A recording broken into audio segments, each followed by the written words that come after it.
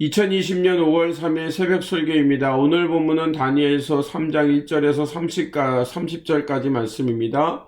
본문은 풀무불 가운데 던져진 다니엘의 세 친구를 하나님께서 지키시고 구원하시는 말씀입니다. 본문은 10절에서 18절까지만 읽도록 하겠습니다.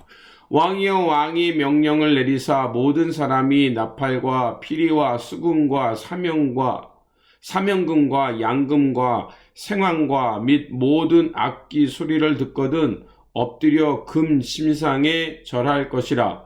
누구든지 엎드려 절하지 아니한 자는 맹렬히 타는 풀무불 가운데에 던져 놓음을 당하리라 하지 아니하셨나이까.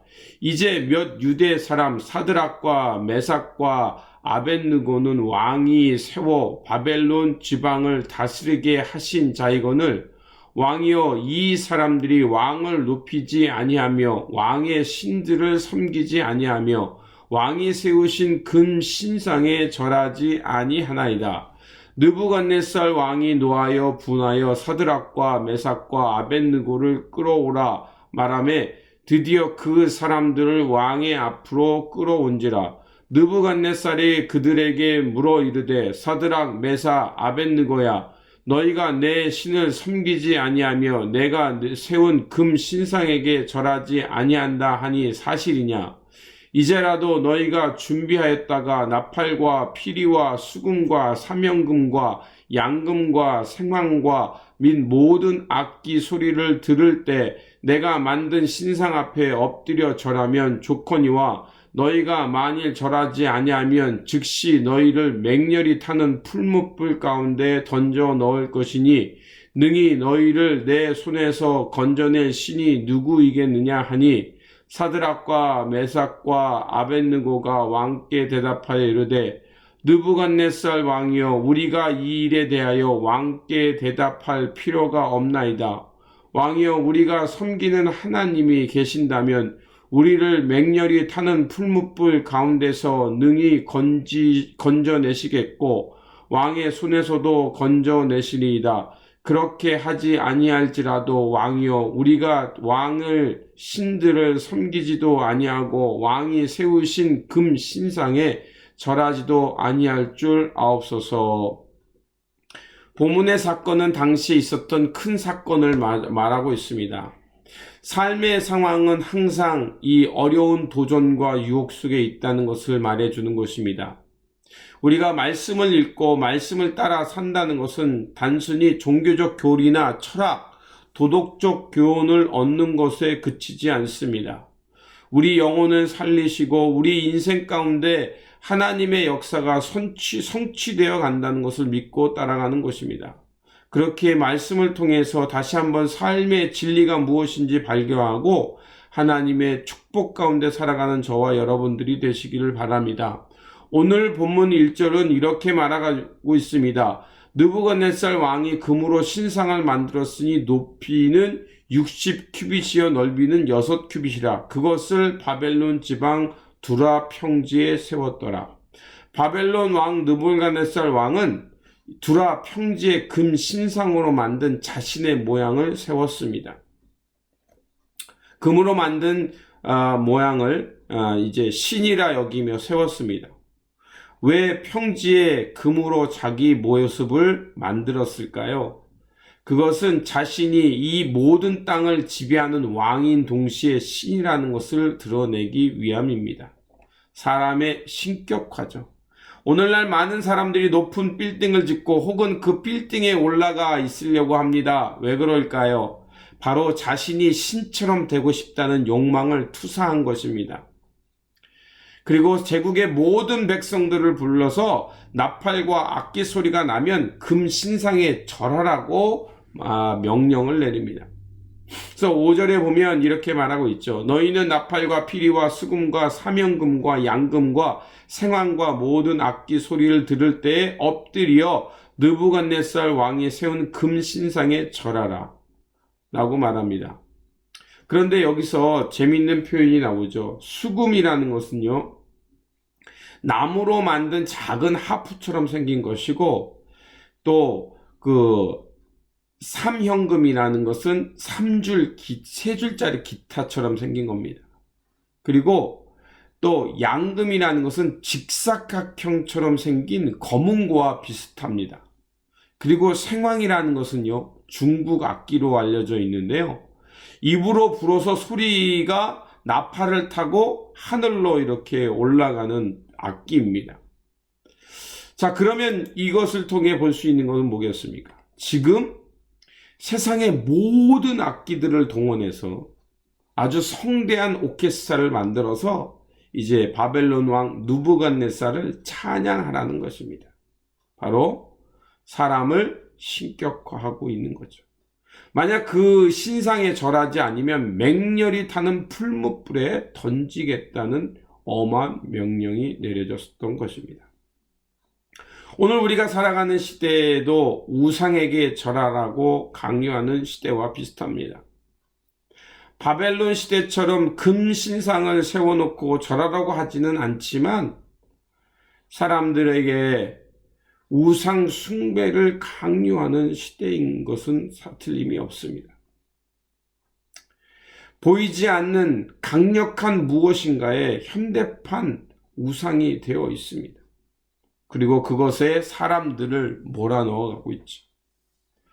우상은 뭘 말하는지 말하지 않아도 잘 알 수 있을 것입니다. 단순히 물질만이 아닙니다. 더 많은 이익, 더 많은 편리함, 더 많은 화려함과 과시욕, 자기중심성 등등 무수히 많습니다. 우상의 본질은 신격화입니다. 그것이 나로 하여금 신이 될 수 있게 한다는 것, 나의 욕망을 채울 수 있다고 여기는 것, 또 그것을 채워줄 수 있다는 것에 빠져드는 것이 바로 우상 숭배입니다. 하나님께서는 출애굽 공동체에게 십계명을 주시면서 이렇게 말씀하셨습니다. 어떤 것으로도 하나님의 형상을 만들지 말라고 했습니다. 그러면 하나님께서는 왜 눈에 보이는 것으로 또 어떤 것으로도 형상화하지 말라고 하셨을까요? 그 이유가 있습니다. 출애굽, 즉 애굽의 삶을 하나님은 버리라는 것이었습니다.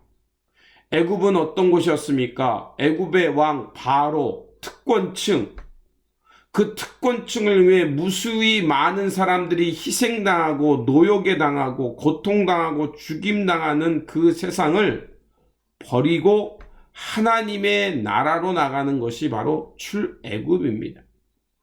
그래서 하나님께서는 어떤 것으로도 형성화하면서 그 형상의 특권 속에 빠져 사는 인생이 되지 말고 하나님의 언약과 하나님의 말씀을 따라 살아가는, 그래서 그 고통의 땅에서 떠나 하나님의 언약 속에 살아가는 평등과 자유와 평화가 있는 세상을 만들라는 것이었습니다. 예수 그리스도께서 이 땅에 오신 것도 마찬가지입니다. 주님께서 제일 먼저 하셨던 설교도 회개하고 복음을 믿으라 했습니다. 복음을 믿어서 이루려는 하는 것은 뭡니까? 바로 하나님의 평화의 공동체를 이루라는 것입니다. 우리가 예수 그리스도를 믿는 그 신앙을 통해서 나를 특권화하거나 또 하나님을 믿는 신앙으로 특권의식을 가지려는 것은 우상 숭배가 될 수 있다는 것입니다. 우리가 철저히 하나님을 믿는 신앙 가운데 살아야 할 것은 바로 예수 그리스도의 사랑 속에 머물면서 자발적으로 순종하며 평화와 평등의 공동체를 이루어가는 것이 우리 신앙의 본질인 것입니다. 영원하지 않은 것을 영원하다고 여기는 것, 그것이 바로 우상 숭배인 것입니다. 사람들은 그것을 특권화하고 그것에 빠져서 자기들만 행복하려고 합니다. 하지만 분명히 알아야 합니다. 예수 그리스도는 보편적 이 인류의 구원과 행복을 위해 오셨다는 것입니다. 그래서 다니엘의 세 친구는 비록 노예로 살고 있지만 하나님을 경외하는 신앙을 포기하지 않았다는 것입니다. 그리고 그들은 그 신앙을 선택하고 기꺼이 풀무불에 자기의 몸을 던졌다는 것입니다. 그들의 이런 마음, 이런 신앙은 바로 하나님을 향한 신앙, 후대들에게 어떤 마음으로 살아야 되는지 전해주는 분명한 말씀입니다. 사람을 우상시하는 것, 사람의 눈에 화려한 것을 섬기는 것이 아니라 불의와 타협하는 것이 아니라 그런 유혹에 당당히 맞서는 신앙을 말하고 있는 것입니다. 그래서 16절과 18절에 보면 우리가 섬기는 하나님께서 우리를 맹렬히 타는 풀무 가운데 능히 건지시겠고 왕의 손에서도 건져내시리라. 18절에 그렇게 하지 아니하실지라도 왕이여 우리가 왕의 신들을 섬기지 아니하고 왕이 세우신 금 신상에 절하지도 아니할 줄 하옵소서. 여러분 무엇을 느낍니까? 다니엘의 세 친구의 신앙의 결기를 느낄 수 있을 것입니다. 세상은 이런 길을 어리석다 말합니다. 차라리 유혹으로 자기의 편리의 길을 찾으라고 유혹을 한번 악에 세상은 이런 길을 어리석다고 말합니다. 조금 그 의에 눈 감고 불의에 편협해 살면 얼마나 편한데 그 편한 세상을 왜 마다하냐는 것입니다. 유혹은 뿌리치기 쉽지 않습니다. 예수님의 광야 시험 속에서도 우리에게 분명히 말하고 있습니다. 사탄은 예수님에게 다가와 하나님 나라의 길, 자기 목숨을 드리는 그 길을 포기하라고 말합니다. 그리고 현실에 적응하며 온 세상의 화려한 것을 소유하라고 유혹합니다. 예수님이 이러한 시험을 받았다는 것은 우리에게도 언제나 이러한 시험이 올 수 있다는 얘기이기도 합니다. 하지만 주님께서는 그 시험을 어떻게 이기셨습니까? 말씀과 기도, 하나님을 향한 신뢰 가운데 이기셨습니다. 그리고 그 길을 걸어가셨을 때 하나님께서는 3일 만에 예수 그리스도를 죽음 가운데 부활하셔서 무엇이 진정한 생명과 구원의 길임을 우리에게 당당하게 보여주셨습니다. 압니다. 믿음으로 산다는 것, 그래서 내가 손해봐야 한다는 것 쉽지 않다는 거 저도 잘 알고 있습니다. 하지만 여러분 우리는 기억해야 합니다. 우리는 믿음으로 살아가는 사람임을 기억해야 합니다. 오늘 많은 사람들이 하나님의 복음을 오도합니다. 그리고 자신들이 마치 진정한 복음의 전도자인 것처럼 자신의 길을 오라고 유혹하는 시대입니다. 그렇게 정신을 바짝 차리지 않는다면 우리는 언제나 넘어갈 수 있습니다. 우리가 깨어 있어야 할 이유가 바로 여기 있습니다. 믿음의 용기란 다른 거 아닙니다. 내 신앙을 드러내고 나를 자랑하는 것이 아니라 이 세상에 불의로 이끄는 그 유혹, 세상에 하나님이 아닌 것을 하나님처럼 고백하라는 것, 영원하지 않은 것을 영원하다고 눈속이는 것들, 그런 것에 대해서 과감하게 노라고 말할 수 있는 것이 신앙의 용기인 겁니다. 때로는 그것을 뿌리치는 것이 두려울 수 있습니다. 하지만 우리는 그 길을 가야 합니다. 혹 그 길을 가다가 내 생각과 다른 일이 일어날 수도 있습니다. 더 어려워질 수도 있고 왜 그렇게 사냐고 핀잔을 들을 수도 있습니다. 그러나 다니엘의 세 친구의 고백처럼 그렇게 하시지 아니하실지라도 이 신앙으로 하나님이 전부라고 믿으며 하나님의 경외하는 신앙을 선택해야 될 줄 믿습니다. 여러분, 그 신앙을 선택할 때 무엇이 임합니까? 풀무불 가운데 찾아오시는 하나님을 발견하게 될 줄 믿습니다. 부활의 주님이란 바로 그런 분입니다. 우리가 풀무불같이 타는 그 고통 속에 있을 때 우리를 찾아와 털끝 하나 타지 않도록 지키시고 보호하시고 그 풀무불에서 나오도록 인도해 주시는 하나님임을 믿습니다. 그래서 그 사건을 느부갓네살 왕의 입술을 통해 하나님을 드러내고 있습니다. 28절에 느부갓네살이 말하여 이르되 사드락과 메삭과 아벳느고의 하나님을 찬송할지로다. 그가 그의 천사를 보내사 자기를 의뢰하고 그들의 몸을 바쳐 왕의 명령을 거역하고 그 하나님 밖에는 다른 신을 섬기지 아니하며 그에게 절하지 아니한 종들을 구원하셨도다. 아멘입니다. 제가 지난 주일 설교 가운데 말한 것처럼 하나님 외에 하나님 안에 생명이 있고 하나님의 사랑을 풍부히 경험하는 삶. 그 삶의 변화는 뭡니까? 한마디로 말하면 하나님을 날마다 칭송하며 그들 삶 가운데 하나님의 나라가 임하는 것을 드러내는 것입니다. 그래서 30절에 어떤 일이 일어납니까? 왕이 드디어 사드락과 메삭과 아벳느고를 바벨론 지방에서 더욱 높이니라.